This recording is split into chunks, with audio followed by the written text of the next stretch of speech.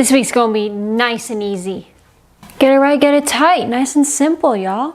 Spooky Sunday dinners, spooky Sunday dinners, spooky Sunday dinners. I still can't afford a theme song. Disclaimer, sorry, my reindeer is crying, he's just very dramatic. Hey guys, for those of you that don't know, my name is Johnny Taylor and this is Spooky Sunday Dinners, where every Sunday, every other Sunday, when I'm late Monday, Thursday's coming, we talk about a true crime case that I just really want to talk about while we make a fairly easy recipe. So if true crime, cooking, and dark humor is your thing, you might want to hit that subscribe button below. Hey guys, we're back. It's been a week for me. Emotionally, physically, psychologically. But basically, it's just been one of those weeks where I don't feel like cooking ever. And I had no idea what to do for this episode. But then it hit me. Throughout quarantine, I've had a couple of my friends come up to me and tell me, I don't know how you do it. I can cook, but I just can't bake. I can't do it. That bothered me. So that's why this week I am here to be the Chef Gusteau of the real life Ratatouille movie and let you know that literally anyone can bake. And I'm gonna teach you the first recipe I ever learned how to bake. I was 5 years old and a mess. But if I could do it then, you can do it now. And since I believe that anyone can bake, this week we're doing a story where the state of Texas believed that anyone could be a nurse. Yeah, that's right. We're going to talk about the angel of death, Genene Jones. Now, if you don't know what an angel of death is, it's basically someone in the medical field, a doctor, a nurse, someone like that that kills their patients. It's a lot more common than you would think. And I just happened to pick one of the scariest ones of all time. So this super easy recipe is actually my family's take on cinnamon apple pastelitos. It's a mouthful, I know, but it's delicious. So we know what we're making and we know who we're talking about, which can only mean it's Karen disclaimer time. Hey Karen, it's been a hard week. Leave me alone. Karen disclaimer number 1. These are not professional recipes. I don't have the nutritional facts and they're not really for nutritional value. It's just what I feel like making that day. If you make this and you don't like it or you mess up and get sick, it's not my fault. Again, not professional, barely mediocre. Karen disclaimer number 2. This is Spooky Sunday Dinners, emphasis on spooky. We talk about true crime, murder, disease, and all messed up things while we sprinkle a nice little bit of comedy on top, because that's how I cope with being obsessed with something so dark. If that offends you in any way, shape, or form, makes you just want to pick up a phone, call, text, DM, email me, tell me what a horrible person I am, I don't need it this week, Karen, so go home. Cool. Here's what we're gonna need to make cinnamon apple pastelitos. 1 box of any brand of puff pastry. Can you make this from scratch? Absolutely, it's really fun, but that's not what this week is about. Speaking of disclaimer, we're going to be using a lot of boxed and pre-packaged ingredients this week because if you make this for your family and ask them, hey, was this puff pastry made from scratch or in the box? They're not going to be able to tell you. And if they do, after you worked hard, next time put some arsenic in it. Any brand, doesn't matter, of canned apple pie filling. We're going to doctor it, so I'm using Great Value brand. That's how my life is going. 1 egg, and the last few things we're gonna need, sugar and ground cinnamon, as well as butter of choice. I always use Earth Balance, and some form of spray cooking non-stick. I'm gonna use Pam Baking Perfect Release. Live your life this week, guys. So the first thing I've done is kind of thaw my puff pastry. Now I'm going to take 1 of the sheets. Normally your box will come with 2. I'm going to spread 1 out on our non-stick sprayed pan as thin as possible. Now you can use a rolling pin, the can of apple, a cup, a wine bottle. This week we're doing 101. And while we do that, we're going to talk about who this angel of death Genene Jones is. Now, Genene Jones was born July 13th of 1950 and actually grew up in Northwest San Antonio, Texas. She actually was adopted by a local nightclub owner, which is kind of dope because the story is her adopted dad owned the nightclub, right? But her mom was the DJ. So her mom was like spinning at the DJ booth while her dad was like running the place. So it sounds like the coolest family ever to me, but that's just me. So Genene actually worked as a beautician, but then in like the late 70s ended up going to nursing school. Now, Genene was actually very, very smart and ended up getting super, super high test scores and became a licensed vocational nurse. She ended up getting a job at Bexar County Hospital, which is actually now known as University Hospital of San Antonio. She works in the pediatric intensive care unit. Now, Genene actually ended up marrying her high school sweetheart in like they think is the mid-60s, and they did have 2 kids. That did end in divorce. And their second child they actually had when they reconciled after their divorce, but ultimately ended up no longer being together. So she's like single, working as this nurse, super high test scores. Everyone's like, this girl's got it. She's on it. But it is important that we say that Genene was an LVN and not an RN, a registered nurse. And they really like never let her forget it. So she was working in that pediatric ICU unit with all RNs. And the RNs always told her that she was basically just like a glorified babysitter and wasn't as good as them. We should also note that this hospital back then was known as like the hospital you went to when you couldn't afford to go to a private hospital and like didn't have insurance. So, I mean, things weren't looked at as closely as they needed to be because this was, you know the system. You know how I feel about healthcare. So Genene works the 3 to 11 shift, and all of a sudden, it's said that kind of out of nowhere, a quote, statistically improbable number of children were dying during that 3 to 11 shift. It was so crazy that the other nurses started calling it the death shift. In a 15-month period from 81 to 82, 42 infant children died in that hospital. 32 of them being during that death shift. All right, guys, our first layer of puff pastry has been rolled out as thin as we can possibly make it on that cookie sheet. Doesn't have to be perfect, doesn't have to be beautiful. As long as it's somewhat even and thin, we can go ahead and go in with our canned apple filling. All we're gonna do is pop this open and spread it on top of that puff pastry sheet. Now, this is where in the story we need to turn to a little boy by the name of Joshua Sawyer. Joshua Sawyer was an 11-month-old infant child that was admitted into the pediatric ICU after he was brought into the hospital when his house burned down. He was being treated for smoke inhalation. He was being treated for seizures and cardiac arrest. They were treating him with 2 drugs. One of them is called Dilantin and the other is called phenobarbital.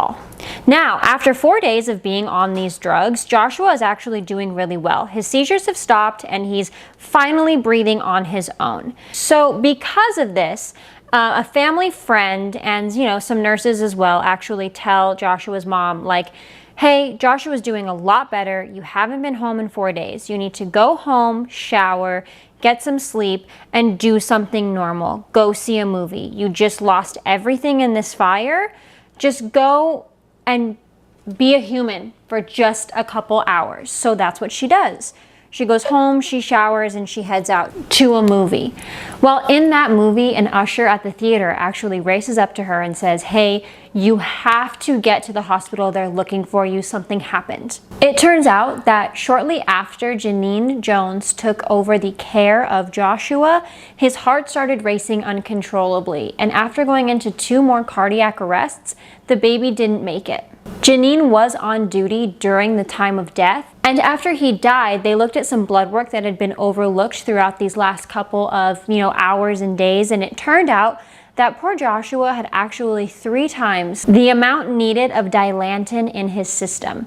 Then, throughout further investigation, they find out that 10 more infant children have died in similar circumstances where the drugs just don't really match up to what was wrong with the babies, and something is going on here. They also find out that all 10 of those children were under Genene's care. So instead of running a full-blown investigation and this story would be over and all those children would be safe now, they actually decide that in 1982 they are going to take away all LVNs from the pediatric ICU and kind of like rebrand it, I guess, with all RNs. Anybody that wasn't an RN or who happened to be working during that death shift at the time was asked to resign and given letters of recommendation to go other places, and this included Genene. This led Genene to getting a job just 5 months later at a pediatric clinic in Caryville, Texas. Within the first month of her working there, 7 of the patients at that clinic actually had to be rushed to the ER with similar issues as young Joshua. All right, now that our layer of our apple pie filling is on, we're gonna go ahead and preheat our oven to 350 degrees, and then we're gonna season our apple pie filling with cinnamon and sugar. So the doctor that was actually in charge of this clinic was a pretty badass female doctor that ended up going and kind of doing her own little bit of investigating, right? So she goes into a like drug storage and she finds puncture marks in a bottle of a local anesthetic. I have it written down. Can I pronounce it? Absolutely not. I'm not a doctor. But anyway, she finds that it's been punctured. So when she goes and checks the bottle, she also finds out that the contents of the bottle have been diluted. So someone has stolen this drug and replaced it with like water. Now, this is a drug that is used in local anesthesia. It's a powerful paralytic that causes paralysis to all skeletal muscles, as well as like the muscles that are used to breathe. The number one thing that happens to like babies when they're given this drug or too much of this drug is they actually go into cardiac arrest.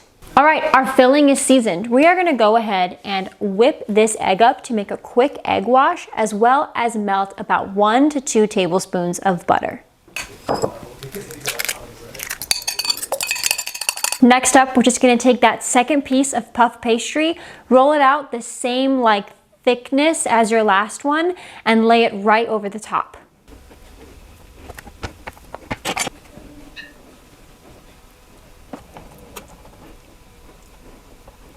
All right, once we lay it over, I just go ahead and tuck around the edges so it's nice and sealed, and sprinkle it with just a tiny bit of egg wash. Now, this drug, Genene actually gave to a 15-month-old child. Now, this child came into the clinic just to get her vaccinations, and Genene went and gave her this drug, overdosed her, and this child did die. And it's the first time that they actually have proof that Genene, like, killed someone. All right, light egg wash is done. All we have to do now is poke some holes in it with a fork and sprinkle a little bit more of cinnamon sugar right on top.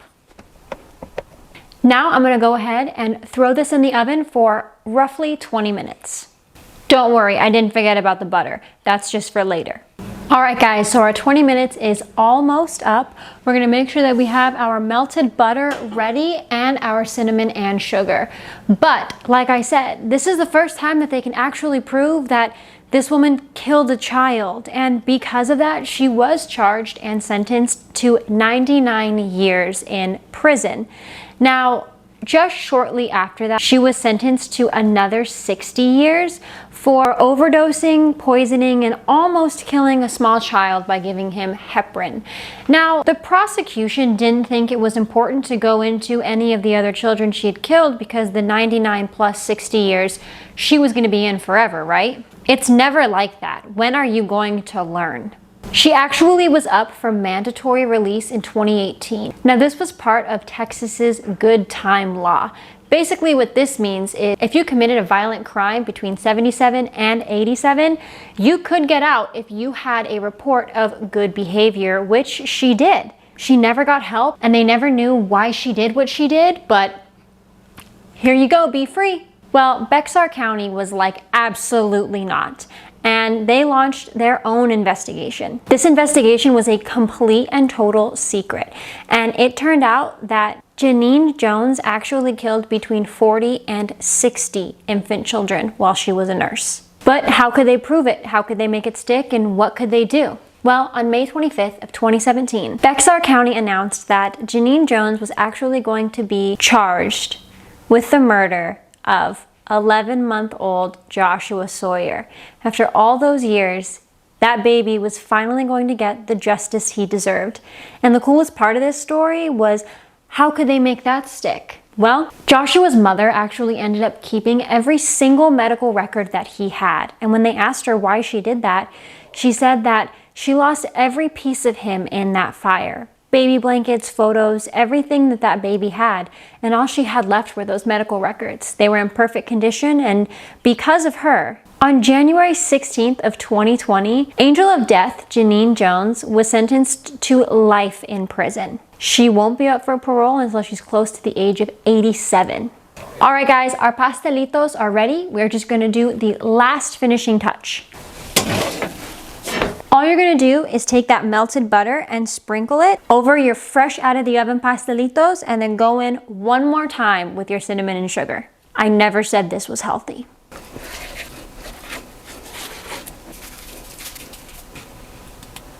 Once they've been seasoned to your liking, you can just let them cool and dig right in.